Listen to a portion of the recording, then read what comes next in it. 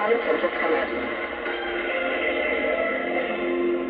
Humanitarian agencies are warning that crucial supplies are running low in the Gaza Strip after Israel announced a total siege on the enclave on Monday, cutting electricity, blocking the entry of fuel and water, and suffering all crossing points following Hamas's weekend attacks that killed over 1,300 people. Israeli military has instructed the entire population of the northern Gaza Strip to move, as Nathan Morley reports.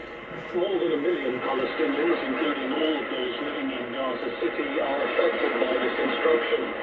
Israel has stationed tanks on Gaza's boundaries as it prepares for a possible ground offensive in response to Saturday's wave of killings and hostage-taking by the Hamas group. However, the United Nations says it will be impossible for so many Palestinians to be moved so quickly without devastating humanitarian consequences. The UN spokesman urged Israel to rescind the order. In Gaza, a total blockade is being enforced, with fuel, food and water running out.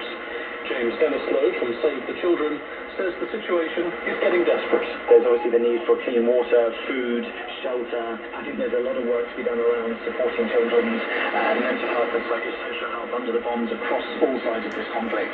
We knew before the escalation that some 4 out of 5 children in Gaza were showing signs of depression and other psychosocial issues, and we can only, again, imagine the levels of fear and terror that they're feeling right now. The figures show that more than 1,500 people have been killed in Gaza since Israel launched its retaliatory airstrike. That came after Hamas gunmen kidnapped at least 150 people, most of them civilians, including women and children, that took them into Gaza during their brutal attacks on Israel at the weekend. That killed 1,300 people in Israel. For Vatican News, this is Nathan Morley reporting. On the ground in Gaza is Oksana Al-Raj. Speaking to Vatican Radio, she described the terrifying situation there on the ground, where Israeli airstrikes and attacks continue to pound the enclave and where crucial supplies are running low. Last night, I honestly didn't believe we would live to see the sunrise in the morning. It was a horrific night. Non-stop bombing, crazy airstrikes, bombing from the sea, from the land, from the air. There was direction. We didn't know where the bombing was coming from, where it's landing. It could have landed on our heads at any moment. Tens of whole families, civilians, staying in their homes were bombed. The people who survived, who are lucky enough to have a basement in their buildings, were trapped under the rubble of those buildings. Whole squares, neighborhoods, in the heart of the city, they were told to leave their houses.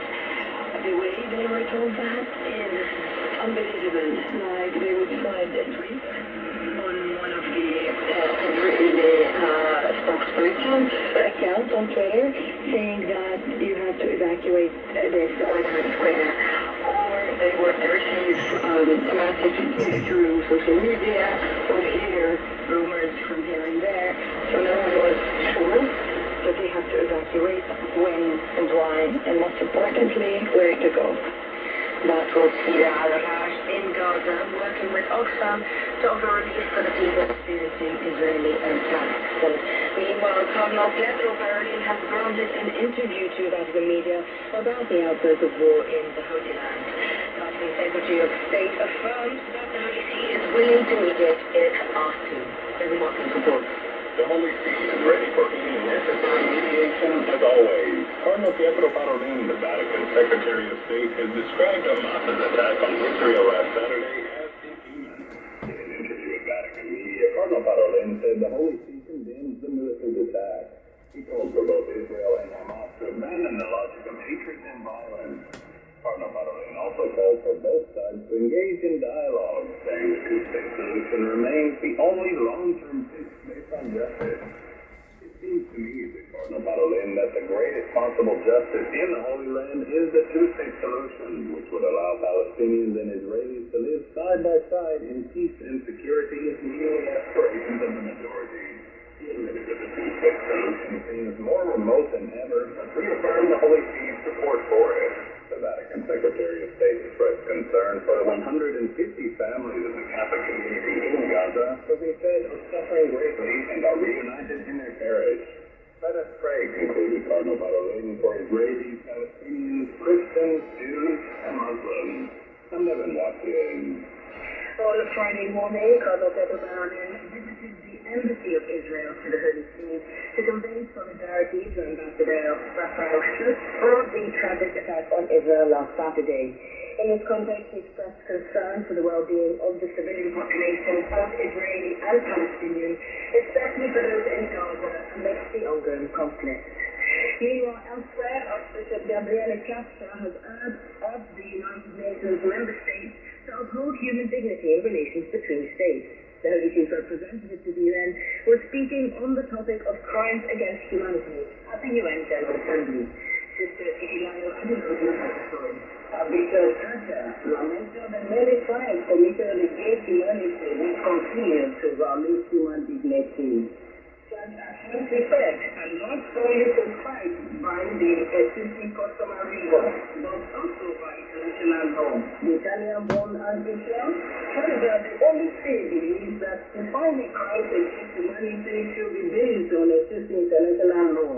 It is, said Archbishop Castro, imperative to maintain an accurate view of human nature when addressing those crimes that disproportionately affect women and girls, such as rape, sexual slavery, and prostitution. The Holy See's representatives and the UN also spoke on the prevention of crimes against humanity. He said efforts to punish crimes against humanity should be based on the principle of complementarity and must respect the sovereignty